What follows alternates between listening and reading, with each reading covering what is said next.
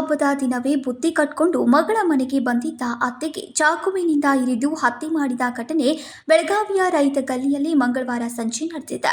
ಬೆಳಗಾವಿ ಕಲ್ಯಾಣ ನಗರದ ನಿವಾಸಿ ರೇಣುಕಾ ಶ್ರೀಧರ್ ಪಂಚಮುಖಿ 43 ವರ್ಷದ ಮಹಿಳೆ ಹತ್ಯೆಗೀಡಾದ ಮಹಿಳೆಯಾಗಿದ್ದಾಳೆ. ಪ್ರಕರಣದ ಸಂಬಂಧ ಅಳಿಯ ಶಂಭುದತ್ತ ಬಿಜ್ಜೆ, ಆತನ ತಾಯಿ ಸುಜಾತಾ ಬಿಜ್ಜೆ ಹಾಗೂ ತಂದೆ ದತ್ತಾ ಬಿಜ್ಜೆಯನ್ನ ಶಹಾಪುರ ಪೊಲೀಸರು ಬಂಧಿಸಿದ್ದಾರೆ.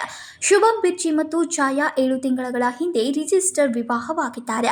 ಇಬ್ಬರು ಮಲಪ್ರಭಾ ನಗರದ ರೈತ ಗಲ್ಲಿಯಲ್ಲಿ ಬಾಡಿಗೆ ಮನೆಯಲ್ಲಿ ವಾಸವಿದ್ರು. ಮಕರ ಸಂಕ್ರಾಂತಿ ಹಬ್ಬದ ಹಿನ್ನೆಲೆಯಲ್ಲಿ ಮಗಳಿಗೆ ಸಂಕ್ರಾಂತಿ ಹಬ್ಬದೂಟ ಕೊಡೋದಕ್ಕೆ ಅವರ ತಾಯಿ ರೇಣುಕಾ ಮನೆಗೆ ಬಂದಿದ್ರು.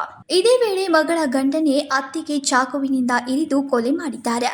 ಸಂಕ್ರಾಂತಿ ಹಬ್ಬದ ಹಿನ್ನೆಲೆಯಲ್ಲಿ ಬೆಳಗ್ಗೆ ತರಹೇವಾರಿ ಅಡುಗೆ ಮಾಡಿಕೊಂಡು ಮಗಳಿಗೆ ಹಬ್ಬದ ಊಟವನ್ನ ಕೊಡುವುದಕ್ಕೆ ಬಂದಿದ್ದ ರೇಣುಕಾ ಅವರು ದೊಡ್ಡ ಊಟದ ಬುತ್ತಿಯನ್ನ ಸಿದ್ಧ ಮಾಡಿಕೊಂಡು 11 ಗಂಟೆಯ ಸುಮಾರಿಗೆ ಮಗಳ ಮನೆಗೆ ಬಂದಿದ್ದಾರೆ.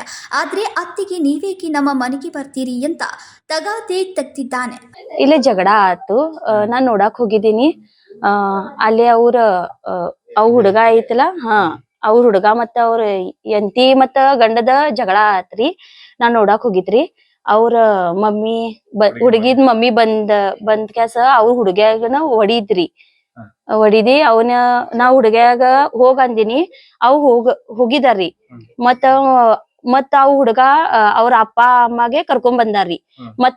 ಮತ್ತ ಜಗಳ ಆತರಿ. ಅವಂದ ಮತ್ತ ಜಗಳ ಆತ್ರಿ. ಮತ್ತ ಅವ್ ಹುಡುಗ ಏನ್ ಮಾಡಿ ನಮ್ಗೆ ಏನ್ ಗೊತ್ತಿಲ್ರಿ.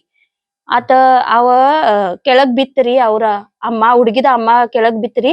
ಮತ್ತೆ ನಾನ್ ನೋಡಿದ್ರಿ ಅದ ಬ್ಲೀಡಿಂಗ್ ಆತ್ರಿ ಅವಂದ. ಈ ವೇಳೆ ಮಾತಿಗೆ ಮಾತು ಬೆಳೆದು ಕಾಮ ಗಲಾಟೆ ವಿಕೋಪಕ್ಕೆ ತಿರುಗಿ ಅತ್ತೆಯ ತೊಡೆಯ ಭಾಗಕ್ಕೆ ಚಾಕುವಿನಿಂದ ಇರಿದಿದ್ದಾನೆ.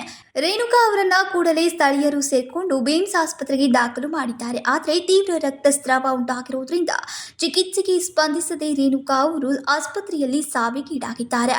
ಮನೆಗೆ ಬಂದಿದ್ದ ಸಂದರ್ಭದಲ್ಲಿ ತಾಯಿಗೆ ಮತ್ತೆ ಅವ್ರ ಅಳಿಯನ್ಗೆ ಮಾತುಕತೆ ನಡೆಯುತ್ತೆ. ಆ ಸಮಯದಲ್ಲಿ ಅಳಿಯ ಹೋಗ್ಬಿಟ್ಟು ಅವರ ತಂದೆ ತಾಯಿನಿ ಕೂಡ ಕರ್ಕೊಂಬರ್ದಾಗ ಎಲ್ಲರ ನಡುವೆನೂ ಮಾತಿನ ಒಂದು ಆರ್ಗ್ಯುಮೆಂಟ್ ನಡೆಯುತ್ತೆ. ಮತ್ತೆ ಆರ್ಗ್ಯುಮೆಂಟ್ ನಡೆಯೋ ಸಂದರ್ಭದಲ್ಲಿ ಈ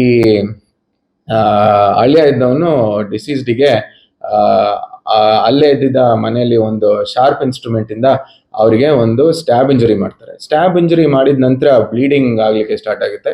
ಬ್ಲೀಡಿಂಗ್ ಆದ್ಮೇಲೆ ಅವರಿಗೆ ಹಾಸ್ಪಿಟ್ಲಿಗೆ ಕರ್ಕೊಂಡು ಹೋಗ್ತಾರೆ. ಹಾಸ್ಪಿಟ್ಲಲ್ಲಿ ಕರ್ಕೊಂಡು ಹೋದಾಗ ಅವರು ಮೃತಪಟ್ಟಿರ್ತಾರೆ. ಈ ಬಗ್ಗೆ ಡಾಕ್ಟರ್ಸ್ ಸ್ಪಷ್ಟನೆನ ನೀಡಿದ್ಮೇಲೆ ನಾವು ಸ್ಟೇಟ್ಮೆಂಟ್ ನ ತಗೊಂಡು ಪ್ರಕರಣವನ್ನು ಕೂಡ ದಾಖಲು ಮಾಡಿಕೊಂಡು 3 ಜನ ಆರೋಪಿತರನ್ನ ನಾವು ದಸ್ತಗಿರಿಪಡಿಸಿರ್ತೀವಿ.